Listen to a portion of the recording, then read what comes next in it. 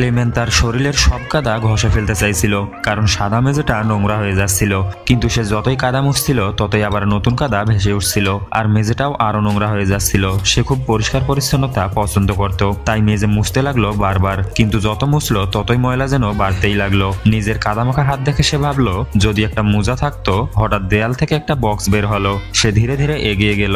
ভিতরে পেল এক জোড়া মোজা, এক বালতি পানি আর একটা পরিষ্কার কাপড়। সে মোজা পরে নিল। এবার সে মেঝে পরিষ্কার করতে লাগলো। নিজের সব কাদার ছাপ মুছে ফেললো। তারপর কাপড়ের ওপর দাঁড়িয়ে রইল, যেন আর মেঝে নোংরা না হয়। এখন পুরো মেঝে পরিষ্কার, কিন্তু সে আটকা পড়ে গেল একটা ছোট্ট কাপড়ের ওপর। তার স্বাধীনতা যেন শেষ হয়ে গেল। আবার দেয়াল থেকে আরেকটা বক্স বের হলো। সে ধীরে ধীরে এগোতে লাগলো। হঠাৎ ভারসাম্য হারিয়ে পড়ে গেল। মেঝে আবার নোংরা হয়ে গেল। এবার সে খুব হতাশ হয়ে পড়লো। সব ছেড়ে সামনে হাঁটতে লাগলো। নতুন বাক্সে ছিল এক জোড়া জুতা। সে তাড়াতাড়ি পরে নিল। আবার একটা বক্স বের হলো। ভিতরে ছিল জামা কাপড়। সে তাড়াহুড়ো করে পরে ফেললো, কিন্তু ভুল করে দু পা এক পাশেই ঢুকালো। আবার পরে গেল মাটিতে। পানির বালতি উল্টে গেল। সব এলোমেলো হয়ে গেল। সে বুঝতেই পারছিল না কেন সব চেষ্টা ব্যর্থ হচ্ছে। রাগে সে জামা কাপড় খুলে ফেললো। শরীরের সব কাদা ছুঁড়ে মারলো দেয়ালে। হঠাৎ দেয়াল ভেঙে গেল। সে অবাক হয়ে ভাঙা জায়গা দিয়ে তাকালো। ওপাশে ছিল এক নতুন পৃথিবী, রঙিন কাদায় ভরা এক সুন্দর জায়গা, যেখানে আরেকজন ক্লেমেন খুব আনন্দে স্বাধীনভাবে বেঁচে আছে। এবার সে সব বুঝলো। সে সিদ্ধান্ত নিল নিজেকে যেমন আছে তেমনই মেনে নিয়ে শান্তিতে বাঁচবে।